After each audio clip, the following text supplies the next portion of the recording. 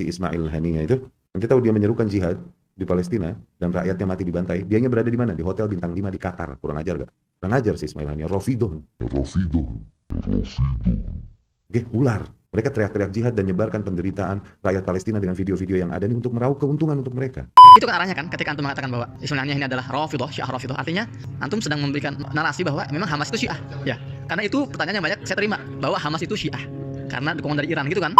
Bismillahirrahmanirrahim. Assalamualaikum warahmatullahi wabarakatuh. Alhamdulillah wassalatu wassalamu ala Rasulillah. Teman-teman, kembali lagi bersama saya Muhammad Hussein di Gaza, Palestina. Hari ke-9 sejak agresi Israel ke Gaza dimulai. Jumlah korban sudah mencapai 2.500 korban jiwa ya. Mayoritas sipil, wanita dan anak-anak. Sementara korban luka ini sudah tembus angka 10.000. Dan ini akan terus bertambah karena seperti yang saya sampaikan, masih banyak korban baik jiwa maupun korban luka yang masih tertimbun di puing-puing reruntuhan. Saya resah sekali dengan banyaknya tokoh-tokoh di Indonesia yang dengan entengnya, dengan ringannya menuduh macam-macam kepada para pejuang di Gaza, para tokoh-tokoh Hamas ya. Saya di sini bukan sebagai seorang simpatisan Hamas, tidak. Saya seorang aktivis kemanusiaan yang berusaha netral, senetral-netralnya. Saya tidak mau menyempitkan perjuangan saya pada satu kelompok tertentu, ya, entah itu ormas atau orpol atau bahkan gerakan perlawanan tertentu misalnya kan. Tapi masalahnya tokoh-tokoh ini mereka memiliki umat yang banyak, mereka memiliki panggung yang luas, ya. Dan mereka ini mengklaim dirinya sebagai pendakwah. Salah satunya video ini, antum perhatikan ya. Kan yang sampai kepada tampuk kekuasaan di Filistin Hamas kan ya sekarang nih. Allah, kelompok-kelompok ini kelompok yang jauh dari hidayah.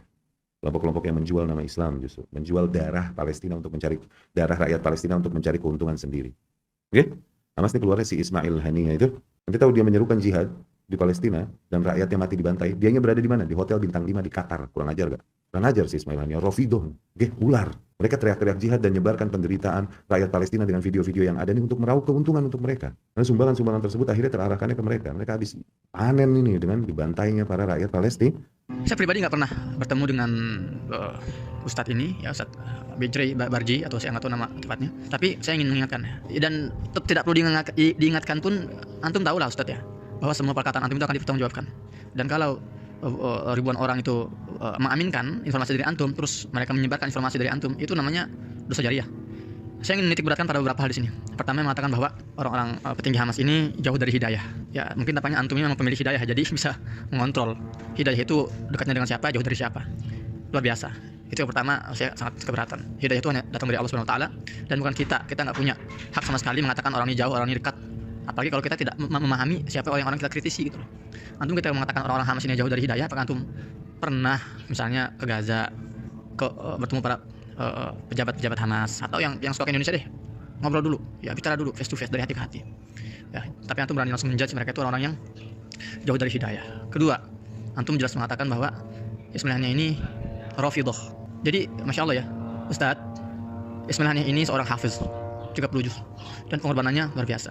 Ya, keluarganya sudah banyak yang dibunuh oleh Israel, anaknya, kemudian ya kerabat-kerabatnya, rumahnya sudah berkali-kali dihancurkan oleh Zionis. Ya, bagaimana antum bisa menuduh dia seorang Rafidah? Dan antum tahulah, Rafidah ini adalah sekte Syiah yang sudah bisa digolongkan sebagai sekte yang sesat. Jadi Syiah ini kan ada beberapa sekte ya. Ada yang Zaidiyah, ada yang dekat dengan Sunni, itu kan, ada yang moderat, ada yang sudah masuk sekte yang sangat ekstrim, yaitu Rafidah. Antum Ustaz menuduh Ismail Haniyah sebagai Rafidah, ini konsekuensinya besar. Rafidah ini sudah masuk ke kategori kafir.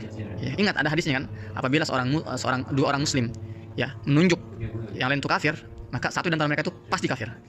Ya, apakah memang yang ditunjuk itu benar kafir atau yang nunjuk itu ternyata dia ya mengkafirkan orang muslim dan akhirnya dia kafir. Ya, karena telah mengkafirkan orang muslim. Hati-hati. Dan saya 12 tahun di Gaza. Ya, saya sholat di masjid-masjid di Gaza. Ya, saya berinteraksi dengan orang-orang Gaza. Dan jangan saya deh, antara subjektif lagi ya. Antum Ustaz, tanya semua orang Indonesia yang pernah ke Gaza. Banyak sekali itu yang pernah ke Gaza tuh. Tanya satu-satu. Antum ketika ke Gaza pernah gak ngelihat ada tanda-tanda Syiah di Gaza? Karena kan itu kan arahnya kan ketika antum mengatakan bahwa Ismail Haniyah ini adalah Rafidah, Syiah Rafidah, artinya antum sedang memberikan narasi bahwa memang Hamas itu Syiah. Ya, karena itu pertanyaannya banyak saya terima bahwa Hamas itu Syiah karena dukungan dari Iran gitu kan. Nah, jadi itu ya, saya nggak mau subjektif.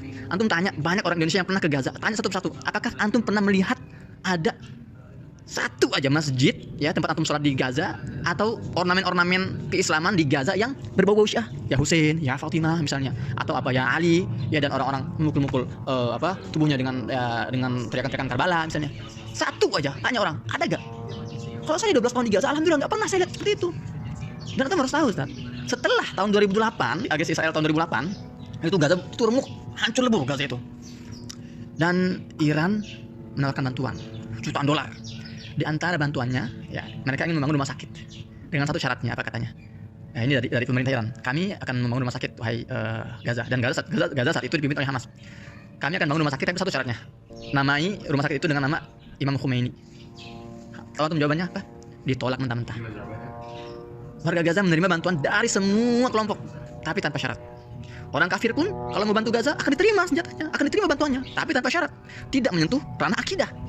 Jadi jangan sedangkal itu cara pemikirannya, bahwa semua yang menerima bantuan dari Iran berarti Syiah.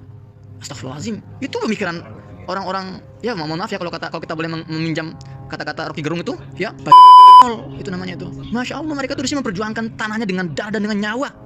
Dengan mudah seperti itu disayangkan, ya dituduh yang enggak.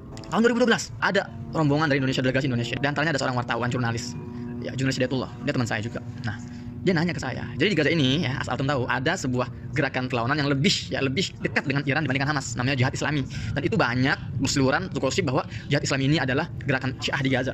Nah, wartawan, anak muda, jurnalis ini datang ke saya, nanya, Mas Husein, benar gak sih bahwa Jihad Islami ini afiliasinya ke Iran Syiah gitu ya? Apakah benar Jihad Islam itu ideologinya atau akidahnya Syiah? Dan saya bukan tipe-tipe orang yang senang menjawab langsung ya, secara subjektif enggak. Saya bilang apa? Oke, kamu akan saya pertemukan langsung dengan juru bicara resmi Jihad Islami, namanya Khalid Al-Batash. Senang dia, saya bawa ke rumahnya karena saya punya akses ya ke beberapa petinggi-petinggi. Wawancaralah dia, si pemuda ini, jurnalis muda Indonesia ini dengan petinggi Jihad Islami. To the point dia, apakah Anda ini Syiah karena Anda sangat dekat dengan Iran? Apa jawaban juru bicara Jihad Islami ini? Dia bilang apa? Wahai saudaraku, kami ini Ahlus Sunnah wal Jamaah. Mazhab kami Syafi'i. Jangan lupa, Imam Syafi'i itu lahir di Gaza, tempat kami. Dan kami itu Ahlus Sunnah.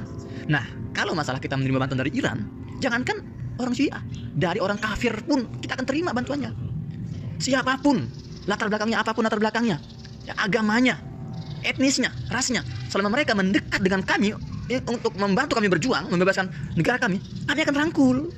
Nah, dan siapapun, sekalipun untuk umat muslim yang mengaku paling sunnah, umroh puluhan kali, haji ratusan kali, jenggotnya panjang, ya, jiratnya hitam, tapi kalau dia tidak membantu kami, enggan membantu kami, alergi dengan kami, dan tidak mau membantu kami perjuangan Palestina, ya kami nggak akan minta-minta mengemis-ngemis. Untuk apa? Kami nggak butuh orang seperti mereka. Itu kata juru bicara itu.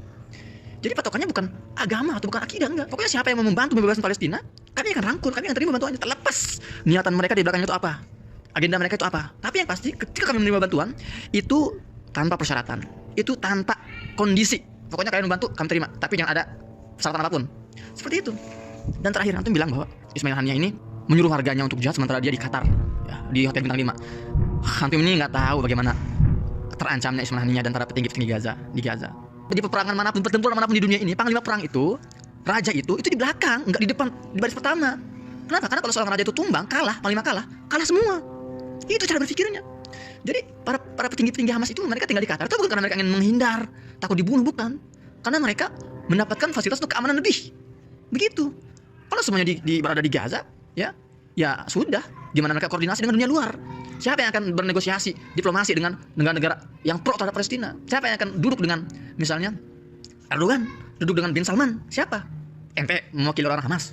Enggak gitu cara berpikirnya gitu loh. Jadi mereka bukan bersembunyi, tapi mereka mengontrol dari jarak jauh karena di Gaza ini nggak aman untuk mereka. Ya, dan mereka memiliki pengaruh.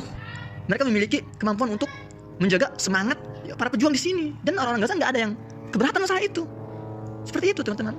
Dan ini juga ada kaitan dengan kenapa para pejuang Gaza ini dia ofensif kali ini. Ya. Ada yang nanya, ada yang sering nanya, apakah ini adalah false flag? Itu sudah saya jelaskan. Nah, tapi ada yang nanya, ada yang gini seperti ini teorinya. Hamas gegabah karena nyerang duluan. Sekarang akhirnya resikonya atau dampaknya pembantaian besar-besaran. Ini ada kaitannya dengan poin kenapa para petinggi-petinggi Hamas itu ada di luar. Ya, itu akan saya bahas insya Allah di pertemuan selanjutnya. Ya, baik, demikian karena ini suaranya juga mengerikan sekali nih. Suara drone di atas langit dan mertua saya bilang masuk ke dalam, khawatir jadi target. Kita akan jumpa insya Allah di konten selanjutnya bersama saya Muhammad Husein di Gaza Palestina. Assalamualaikum warahmatullahi wabarakatuh.